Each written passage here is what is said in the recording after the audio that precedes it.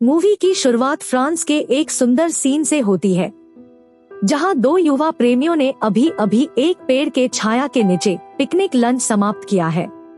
युवक पेड़ के नीचे आराम से झपकी ले रहा है, जबकि उसकी गर्भवती प्रेमिका स्ट्रॉबेरी खाते हुए बुक पढ़ रही है।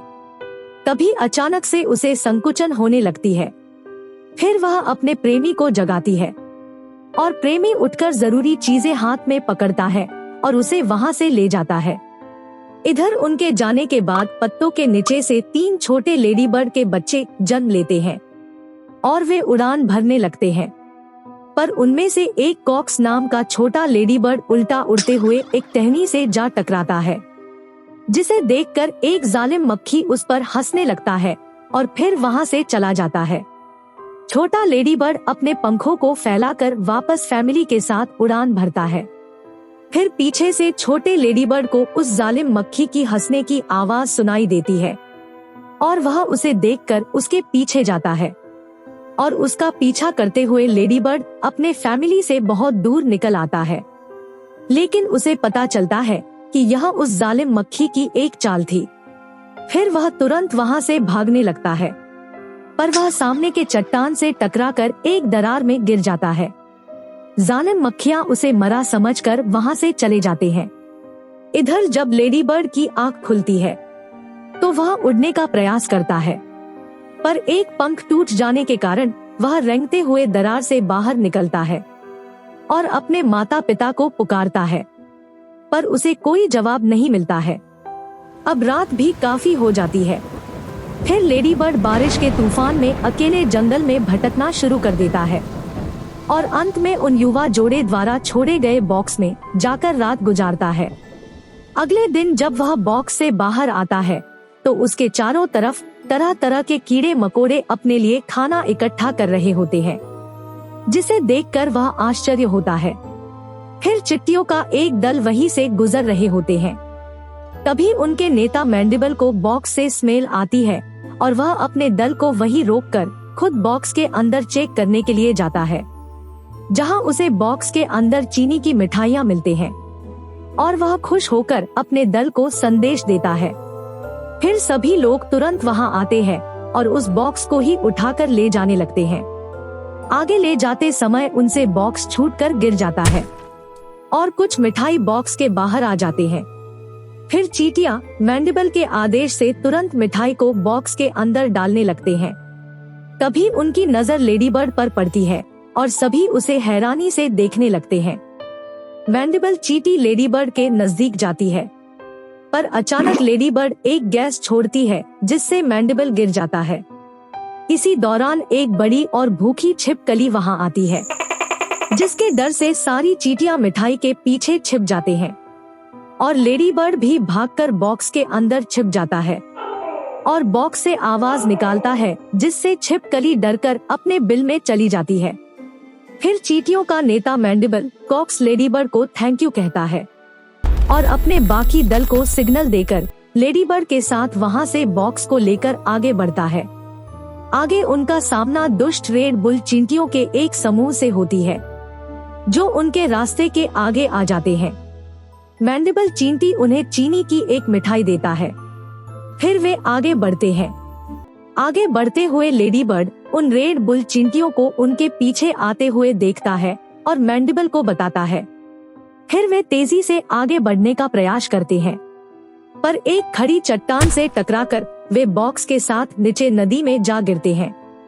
लेकिन दुष्ट रेड बुल चिट्टियां भी जंग खाए हुए डिब्बे से उनका पीछा करते हैं और उनके बॉक्स पर एक जोरदार टक्कर मारते हैं, जिससे लेडी बर्ड पिछलकर पानी में गिर जाता है। तभी पानी के अंदर एक भूखी मछली लेडी बर्ड को खाने ही वाली होती है, पर उसे मैंडिबल और उसके टीम के द्वारा बचा लिया जाता है। फिर आगे आने वाली झरने को देख सभी बॉक्स के अंदर घुस जाते हैं और रेड बुल चिट्टियां पीछे छूट जाते हैं और वे सुरक्षित आगे बढ़ते हैं। आगे रुककर वे सभी मिठाइयों को लेकर अपने बिल की तरफ बढ़ते हैं। रास्ते में लेडी बर्ड अपने जैसे दूसरे लोगों को देखकर भावुक होता है और वह भी उड़ने का प्रयास करता है, पर वह उड़ नहीं पाता और फिर वापस चींटियों के पीछे चलता है। इधर रेड बुल चींटियां अभी भी उनका पीछा करने में लगे होते हैं। फिर रात काफी हो जाती है। मैंडिबल और कॉक्स को छोड़ सभी आराम करते हैं। अगली सुबह जब वे घर की ओर बढ़ रहे होते हैं तो रेड बुल चींटियां फिर से उनका पीछा करते हुए उनके करीब आ जाते हैं, जिसे देख काली चींटियां तेजी से भागते हैं और अपना जान जोखिम में डालकर रोड क्रॉस करते हैं, जबकि रेड बुल चींटियां कार के डर से वही रुक जाती है। फिर काली चींटियां किसी तरह करके अपने घर तक पहुंच जाते हैं और अपने घोंसले के अंदर जाकर मिठाई अपने रानी को देते हैं, जिसे खाकर रानी बहुत अधिक अंडे देती है। इधर गुस्से से लाल रेड बुल चिट्टी भी अपने रानी के पास जाता है और उसे काली चिट्टियों के बारे में सारी जानकारी देता है। फिर वह सभी चींटियों का फौज लेकर काली चींटियों से युद्ध करने निकल पड़ता है। इधर लेडी बर्ड फिर से अपना नया पंख पाकर खुश होता है और सोने के लिए चिट्टियों के घोंसले के अंदर चला जाता है। अगले दिन जब सुबह होती है तो घोंसले के बाहर दुष्ट रेड बुल की चींटियों की सेना देखकर सब हैरान हो जाते हैं। फिर रेड बुल चींटियां उनके घोंसले पर हमला करना शुरू करती है और इस तरह से दोनों दलों के बीच घमासान युद्ध शुरू हो जाता है। लेकिन रेड बुल चींटियां काली चींटियों पर भारी पड़ने लगते हैं। तभी मैंडिबल चिट्टी गोदाम से माचिस और कुछ विस्फोटक रॉकेट्स निकालता है, लेकिन एक ही माचिस की तिल्ली होने की वजह से वे एक ही रॉकेट्स को चला पाते हैं। फिर कॉक्स को अचानक से उस माचिस की याद आती है जहां से मिठाई को लाया गया था। फिर जल्दी से चींटियां कागज के पैसों से एरोप्लेन बनाते हैं और कॉक्स लेडी बर्ड को वहां से सुरक्षित माचिस का डिब्बा लेने के लिए भेज देते हैं।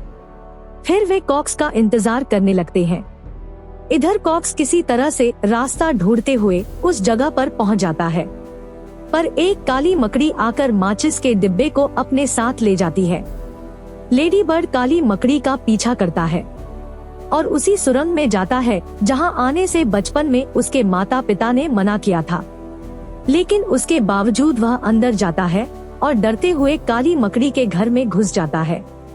तभी अचानक पीछे से उसे एक मेढक अपने जीभ से खींचने की कोशिश करता है, पर घर के गिरने से लेडी बर्ड मेढक के जीभ से छूटकर घायल हो जाता है। इधर काली चींटियां जी जान लगाकर अपने घोंसले की रक्षा कर रहे थे और मैंडिबल चिट्टी घोंसले के ऊपर से लेडी बर्ड का बेसब्री से इंतजार कर रहा था। फिर लेडी बर्ड की जैसे ही आंखें खुलती है तो वह अपने आप को बेड पर पाता है जहां मकड़ी उसे संगीत सुना रही होती है और उसके जागने पर वह खाना खिलाती है। फिर लेडी बर्ड उसे अपनी स्थिति के बारे में बताता है, जिससे मकड़ी लेडी बर्ड को माचिस ले जाने देती है। लेकिन रास्ते में उसे फिर से वही जालिम मक्खियां दिखाई देते हैं जो दूसरे लेडी बर्ड को परेशान कर रहे होते हैं। तभी कॉक्स माचिस के डिब्बे को छोड़कर उनके पास जाता है और एक गैस का गोला छोड़कर उन्हें अपने पीछे आने के लिए उकसाता है। फिर वह चालाकी से उड़ते हुए उन्हें एक पीले रंग की कार के नजदीक लाता है और कार के टक्कर से सारे जालिम मक्खी वहीं मारे जाते हैं। फिर कॉक्स उस गर्ल लेडी बर्ड के पास जाता है और उसे गुड बाय कहकर माचिस के डिब्बे को लेकर उड़ जाता है। इधर रेड बुल चींटियां अभी भी घोंसले पर हमला कर रहे होते हैं और घोंसला लगभग नष्ट हो चुका होता है।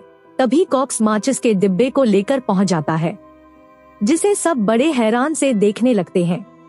फिर वे माचिस के तिल्ली से एक एक करके सभी रॉकेट्स को उन रेड बुल चींटियों के ऊपर छोड़ते हैं, जिससे पूरा इलाका आग के लपटों से भर जाता है और सभी दुष्ट चींटियां दुम दबाकर भाग जाते हैं।